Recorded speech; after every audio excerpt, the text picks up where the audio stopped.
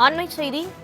தமிழ்நாடு ஆந்திர எல்லையான எலாவூர் சோதனைச் சாவடியில் ஆம்னி பேருந்தில் வந்த பார்சலில் 2,15,00,000 ரூபாய் பறிமுதல் செய்யப்பட்டிருக்கிறது. அண்மை செய்தியாக பார்த்து வருகிறோம். ஹைதராபாத்திலிருந்து சென்னை சென்ற பேருந்தில் அனுப்பப்பட்ட பார்சலை பிரித்து பார்த்ததில் காவலர்கள் கண்டுபிடித்துள்ளனர். இது தொடர்பான கூடுதல் விவரங்களை வழங்குவதற்காக செய்தியாளர் சந்திரசேகர் இணைப்பில் இருக்கிறார். வணக்கம் சந்திரசேகர், விவரங்களை பதிவு பண்ணலாம். வணக்கம் வினிதா.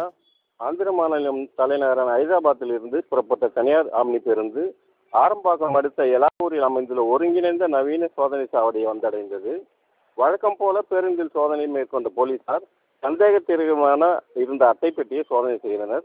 அந்த அட்டைப்பெட்டியில் சுமார் 2 கோடி ரூபாய் மதிப்பிலான 500 ரூபாய் நோட்டு கட்டுகள் இருந்ததை கண்டு மிரண்டு போன போலீசார் அந்த பணத்தை கைப்பற்றி சம்பவம் குறித்து விசாரணை மேற்கொண்டனர். ஹைதராபாத்திலிருந்து ராஜஸ்தானை சேர்ந்த பக்தாராம் என்பவர் பணம் இருந்த அட்டைப்பெட்டியில் பேருந்தில் ஏற்றியதாகவும் அட்டைப்பெட்டியில் உள்ள நபரிடம் சென்னை மாதவரத்தில் சேர்க்கும்படியும் ஆம்னி பேருந்து ஓட்டுநரிடம் தெரிவித்ததாக கூறப்படுகிறது.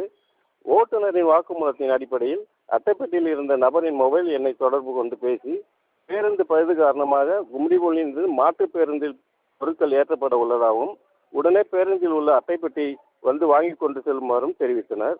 இதையடுத்து கும்மிடிபூண்டி விரைந்து வந்த சூரஜ் பூரி என்பவரை போலீசார் கைது செய்தனர்.